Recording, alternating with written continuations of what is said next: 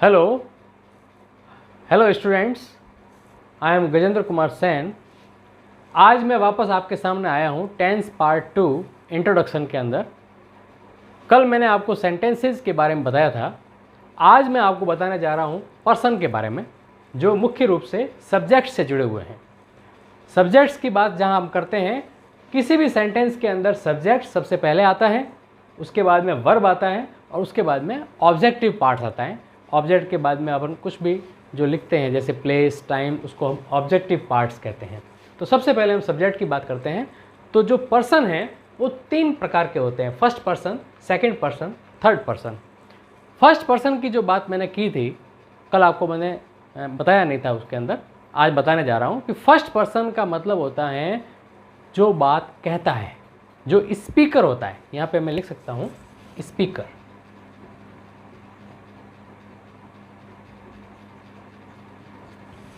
जो बोलने वाला है, जो बात अपनी रखता है, जो बात कहता है, वो होता है फर्स्ट पर्सन। और बात कहने वाला कौन होगा? जब हमारा हाथ यहाँ पे आएगा, या तो मैं होऊंगा या मेरे साथ में कोई 2-3 व्यक्ति और खड़े हैं तो हम कहलाएंगे, यानी कि वी। यानी अब इसके अंदर फर्स्ट पर्सन के अंदर भी एक तो सिंगुलर नंबर होगा, जो एक होगा, एक व्यक्ति होगा, वह सिंगुलर नंबर होगा, और बहुत सारे एक से ज़्यादा होंगे तो वो प्लूरल नंबर होंगे। इसका मतलब फर्स्ट पर्सन के अंदर आई, स्पीकर कौन होगा? आई, और बहुवचन के अंदर वी। तो इस तरह से फर्स्ट पर्सन जो है वो 2 हो गए, आई एंड वी। आई हो गया सिंगुलर नंबर और वी हो गया प्लूरल नंबर। नेक्स्ट है सेकंड पर्सन। सेकंड पर्सन का अर्थ है जिससे हम बात कर रहे हैं, जिससे मैं बात कर रहा हूँ। फर्स्ट पर्सन तो हो गया मैं या हम, जो कि स्पीकर है, बोलने वाला है। और सुनता कौन है? जिसको बात कहते हैं, जो लिसनर है। जो लिसनर है वह सेकंड पर्सन है। लिसनर यानी कि सुनने वाला, जो मैं या हम के सामने खड़ा है, वो है सेकंड पर्सन। अब वो सेकंड पर्सन कौन होगा? जैसे कि मैं तुमसे या आपसे बात कर रहा हूं, तो वो तुम या आप हो सकते हो। अगर वो तुम या आप अकेले हो तो भी वो सिंगुलर नंबर का सेकंड पर्सन हो गया। और यदि आप पूरी कक्षा बैठी हो, पूरी क्लास बैठी हो, पूरी क्लास में मान लीजिए 60 स्टूडेंट्स हैं, 25 स्टूडेंट हैं, और उनको सबको मैं कहता हूं तुम खड़े हो जाओ, तो तुम सब खड़े हो जाओगे। और किसी पर्टिकुलर स्टूडेंट्स के सामने अगर मैं इशारा करके कहता हूं कि तुम खड़े हो जाओ, तो वो अकेले ही खड़ा होता है। इसका मतलब तुम सिंगुलर भी हैं और तुम प्लूरल भी हैं। यानी यू जो है वो सिंगुलर भी है और यू प्लूरल भी है। तो सेकंड पर्सन के अंदर सिंगुलर के अंदर भी यू आएगा और प्लूरल के अंदर भी यू आएगा। ये दोनों को इंडिकेट करता है। लास्ट में है थर्ड पर्सन। थर्ड पर्सन वो होते हैं जिसके बारे में हम बात करते हैं। मैंने या हमने तुमसे बात की, किसके बारे में बात की? उसके बारे में, उनके बारे में, उसके, उनके। तो ये उसके, उनके क्या है? ये थर्ड पर्सन है। ये थर्ड पर्सन भी जो होते हैं वो सिंगुलर भी हो सकते हैं और प्लूरल भी हो सकते हैं। जैसे सिंगुलर के अंदर बात करता हूँ मैं, ही, शी। कोई निर्जीव होता है तो उसके लिए इट। इसी प्रकार दिस, दैट। दिस, नज़दीक कोई वस्तु रखी है तो उसके लिए दिस, और दूर कोई एक वस्तु रखी है तो उसके लिए दैट। ये दिस और दैट दोनों एक एक वस्तु के लिए यूज़ में आता है। उसके बाद में है इसके अंदर कोई भी हम एक संज्ञा, कोई भी एक नाउन, जिसके अंदर जैसे राम, जो प्रोनाउन, ये अपने प्रॉपर नाउन, राम, सीता। और कॉमन नाउन भी ले सकते हैं जैसे मैन, बॉय, डॉग, स्टूडेंट। तो ये हो गया थर्ड पर्सन। ये थर्ड पर्सन का सिंगुलर नंबर हो गया। अब हम बात करते हैं थर्ड पर्सन प्लूरल नंबर की। थर्ड पर्सन प्लूरल नंबर के अंदर यहाँ आएगा दे। दे का मतलब वे बहुत सारे लोग, या 2, 3, 4, 5 व्यक्ति हैं, 2, 3, 4, 5 लड़के हैं, स्टूडेंट्स हैं, तो उनके लिए हम दे का प्रयोग करेंगे। इसी प्रकार से दीज, जो पास में अगर कोई वस्तुएं हैं और वो बहुत सारी हैं तो वो दीज। और दूर हैं वही वस्तुएं, यदि दूर पड़ी हैं 4-5 वस्तुएं वस्तुएं हैं, 2 से ज़्यादा हैं, तो वो दोज का प्रयोग करेंगे। इसी तरह से मान लीजिए यहाँ पे राम एंड श्याम दोनों साथ में आ गए तो प्लूरल नंबर हो गया। जैसे मैन की जगह मैन, बॉयज़, कैट्स, प्लेयर्स, तो ये हो गया थर्ड पर्सन प्लूरल नंबर। अब आप अच्छी तरह से समझ गए होंगे कि पर्सन कौन कौन से हैं, first person, second person, third person. First person तो यहाँ पे हाथ आता है, यानी मैं या हम। जिससे बात कर रहे हैं वो सेकंड पर्सन, वो है यू, और जिसके बारे में बात कर रहे हैं वो है थर्ड पर्सन। तो इस प्रकार से यहाँ पे ये पर्सन की आपको जानकारी अच्छी तरह से हो गई। और पर्सन कौन कौन से हैं, I, we first person, you second person, और बाकी के जितने भी सब्जेक्ट बच गए हैं वो सारे के सारे थर्ड पर्सन हैं। उन थर्ड पर्सन को हम कैटेगराइज कर सकते हैं सिंगुलर नंबर में और प्लूरल नंबर में। अब मैं आपको बता रहा हूँ हेल्पिंग वर्ब जो मोस्टली टेंस के अंदर आपको याद करनी होगी, वो मुख्य रूप से ये बी, डू और हैव, 3 प्रकार की हेल्पिंग वर्ब्स आपके टेंसेस के अंदर आएगी, जिसमें टेंस आपके 3 टाइप के होते हैं, present, past and future. Present के अंदर जो बी वर्ब आती है वो मुख्य रूप से इज, आर और एम आती है, इज, आर, एम। और पास्ट के अंदर आएगी वाज और वर, और फ्यूचर के अंदर आएगी विल, बी। शैल का यूज मॉडर्न इंग्लिश के अंदर नहीं किया जाता है। नेक्स्ट है डू की हेल्पिंग वर्ब।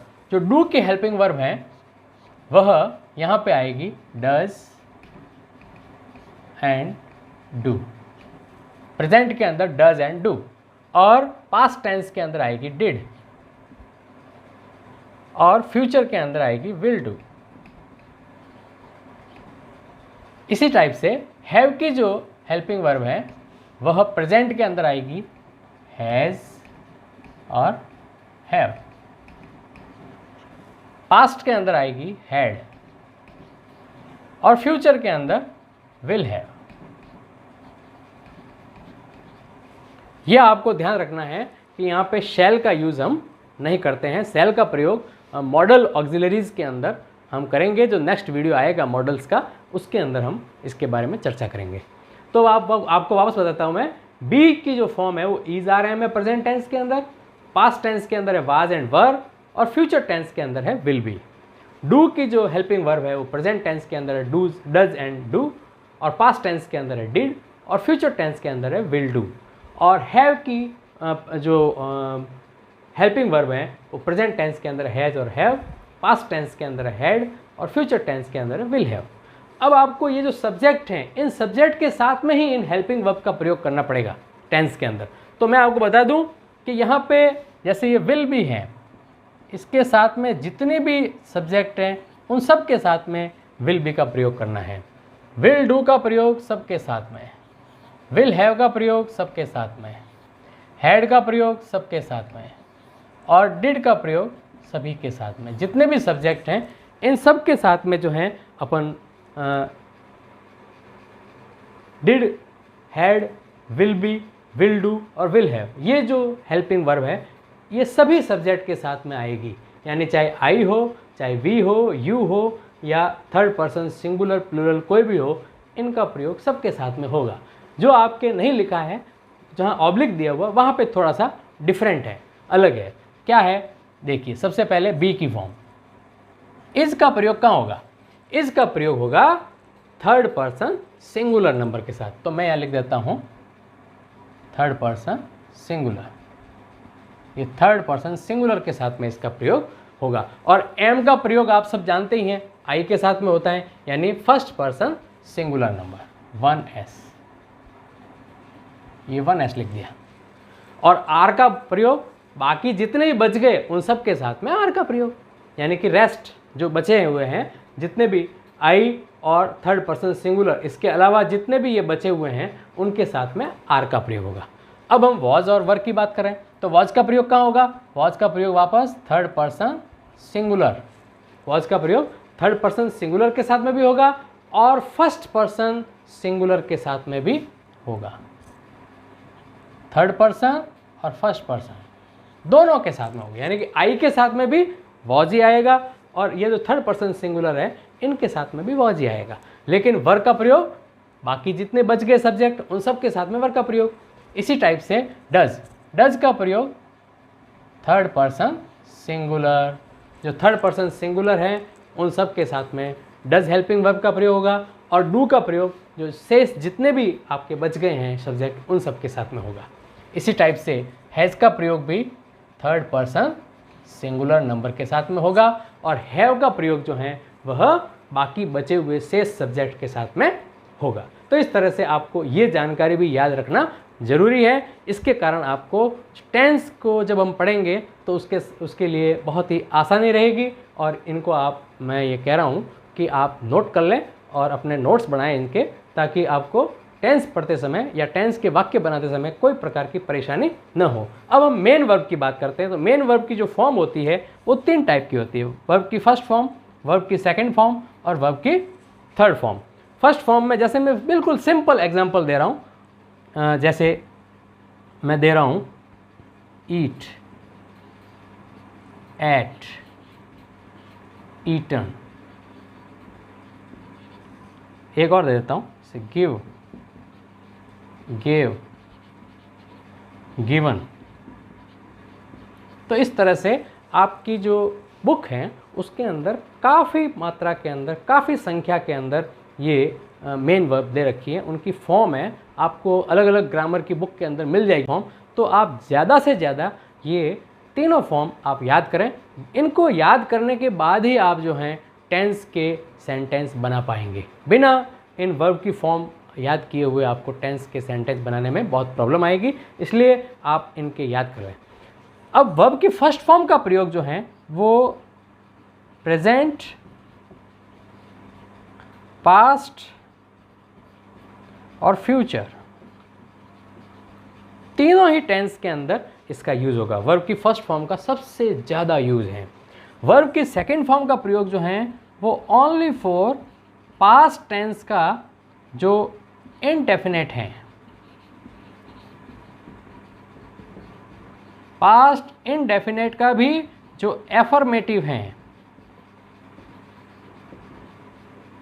एफर्मेटिव सेंटेंस, इसी के अंदर वर्ब की सेकंड फॉर्म का प्रयोग करेंगे। वर्ब की थर्ड फॉर्म का प्रयोग जितने भी परफेक्ट टेंस है, परफेक्ट का मतलब चाहे वो प्रेजेंट परफेक्ट हो, चाहे पास्ट परफेक्ट हो, चाहे फ्यूचर परफेक्ट हो। टेंस की बात कर रहा हूँ, टेंस के अंदर, परफेक्ट टेंस के अंदर सब जगह प्रेजेंट परफेक्ट, पास्ट परफेक्ट और फ्यूचर परफेक्ट के अंदर वर्ब की थर्ड फॉर्म का प्रयोग होगा। तो इस तरह से आप वो सोच रहे होंगे कि पास्ट टेंस में वर्ब की फर्स्ट फॉर्म का प्रयोग कैसे होगा।